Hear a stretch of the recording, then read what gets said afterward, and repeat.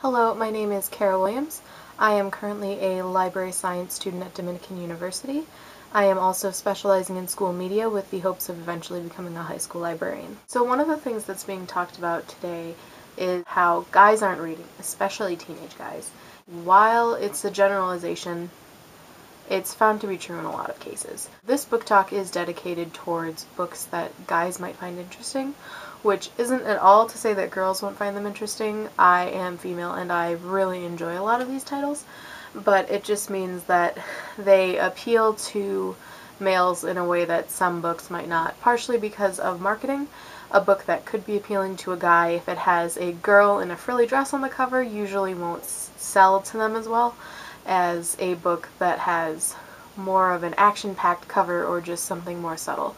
That's marketing, or it could just be plot-wise. If you talk a lot about love in the plotline, for example, guys might just say, ew, love and emotions, I don't really want that. But there are guys who do. We're talking in generalizations, but this is just kind of across the gamut a bunch of books that may appeal to guys for a variety of reasons. To begin, I'm going to talk about an author, actually, Don Calame. He has 3 books, which I think are absolutely hilarious. The humor in here is just so slapstick funny, raunchy, off the wall, that it's really amusing to read these books. So the 3 books that he has are all part of the same series. They are Swim the Fly, Beat the Band, and Call the Shots. All 3 of these books focus on a different character, but there are 3 main characters. They are Coop, Sean, and Matt. They are 3 best friends. Every once in a while, Coop comes up with this crazy scheme for different things that they have to do.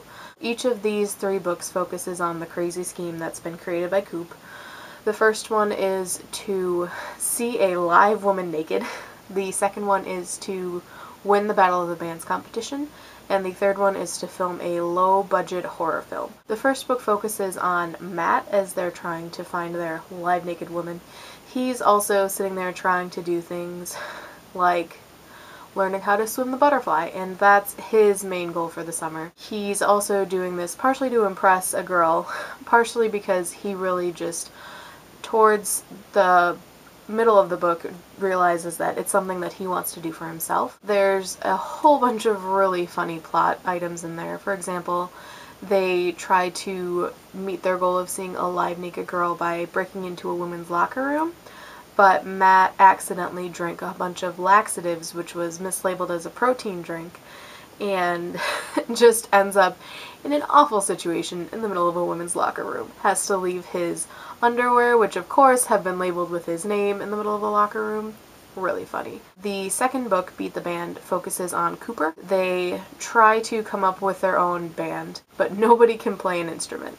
They go through this book trying to find a way to make themselves look cool because Cooper has been partnered with the uncool girl, Hot Dog Helen, in his health class and needs to do a sex ed presentation with her. Coop's dad is just so curious. Not at all your typical dad. He becomes really involved with the band. At one point in time, their amps blow and start a small fire. It's just a whole barrel of laughs. In the third book, Call the Shots, it focuses on Sean, who is now at this point the only one of the 3 that doesn't have a girlfriend. Sean's parents find out that they're pregnant. Sean already has a twin sister. The parents don't have enough room in the house for a baby. They decide that Sean and his sister will share a room and the baby will get Sean's room. Sean is just appalled by this idea. Losing his privacy, having to live with his goth sister is just not at all on his list of priorities or fun things to do. He ends up asking the guys to help him with Coop's crazy idea of creating this low-budget horror film so that they can build an extension on the house. Throughout the process, there's about 7 love interests for Sean, one of which is the crazy girlfriend who he is dating throughout most of the book, and she is crazy. At one point in time, all of his clothes get ruined because birds are flying overhead and stuff happens. Don Calame is really funny. I highly encourage you to check out his books. Next, we're going on to Ned Vizzini's Other Normals. Ned Vizzini is pretty well known, especially for It's Kind of a Funny Story. Other Normals is a different take on a dork lifestyle where the main character doesn't have many friends. In this one, the main character is Peregrine Perry Eckhart. He is into a game called Caverns and Creatures, which is from what I gather, Dungeons & Dragons. He spends the majority of his time alone creating characters, but doesn't have anybody to play a campaign with until he finds one friend who finally teaches him how to play. They both end up going off to a summer camp together, which they didn't really know they were going together because his other friend kind of ignores him because he's uncool. Harry ends up in this alternate universe, which is linked to Earth in a way such that if the correspondent of a character on either one of the dimensions, so, for example, if Perry's correspondent on the other normals plane had something happen to him, like he got punched in the face, the person on Earth would also have that same experience, and it would alter the course of history if something happened to either one of them. There's a huge battle, and the princess was kidnapped in the world of the other normals. The way that Perry has to save the princess is to go back to Earth and to kiss a girl in summer camp. He would much rather just stay in the world of the other normals and fight and try and save her that way, when it's in reality a lot simpler to just go back to Earth and kiss this girl. But he's not really used to talking to girls or many people, so you go along with Perry as his really awkward adventures ensue. It's supposed to be a coming-of-age story about growing up, becoming a man, that type of thing. It's really enjoyable, especially if you're into the world of Dungeons & Dragons, just because it talks a lot about a universe that's similar, and the world building works pretty well. Next is Max Brooks and World War Z. World War Z is a fictional story that's written as nonfiction. It's a multitude and variety of accounts of how World War Z started. World War Z is the zombie war. Basically, due to medical experimentation, these zombies are formed. It goes through a lot of military points of view as well as some citizen points of view of how the war started and how people survived the war and how they lived through it. So it's very interesting. The movie's coming out for that also. Feel free to check that out, especially if you're interested in zombies. If you want to go a more fantasy route, Hitchhiker's Guide to the Galaxy by Douglas Adams is the way to go. Hitchhiker's Guide has been made into a movie, and if you've ever seen that, the book is very similar, but more.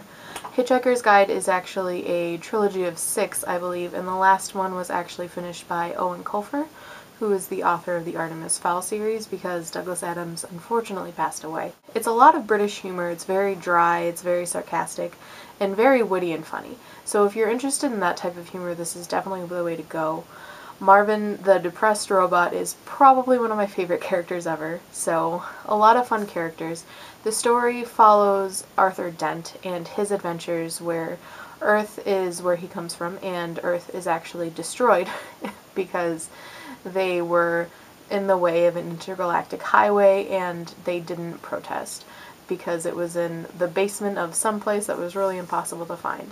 But fortunately for Arthur, his best friend is actually an alien who came upon the planet as part of writing the Hitchhiker's Guide. He saves Arthur and they go on adventures all about the galaxy to the restaurant at the end of the universe. They end up in a lot of different places, and eventually they go looking for a message from God, which is definitely not what you would expect. The last book that I have is also a bit more of a fantasy book. It's the Pendragon series by DJ MacHale. In Pendragon, Bobby Pendragon is the main character, and his uncle tells him that he is part of a group of people called travelers who are able to go into alternate dimensions, and he has to save the world, all of the worlds really, from this evil supervillain. He ends up traveling to many different universes. You get to see him grow up and meet all of these fellow travelers because the series follows him as he gets older. So it's a really good book if you're interested in fantasy as well as time-traveling alternate universes, things of that nature. That's all that I have for you today. Feel free to leave in the comments box any comments on books that you think guys are interested in, or comment on any of the books that are chosen here. Thanks for listening.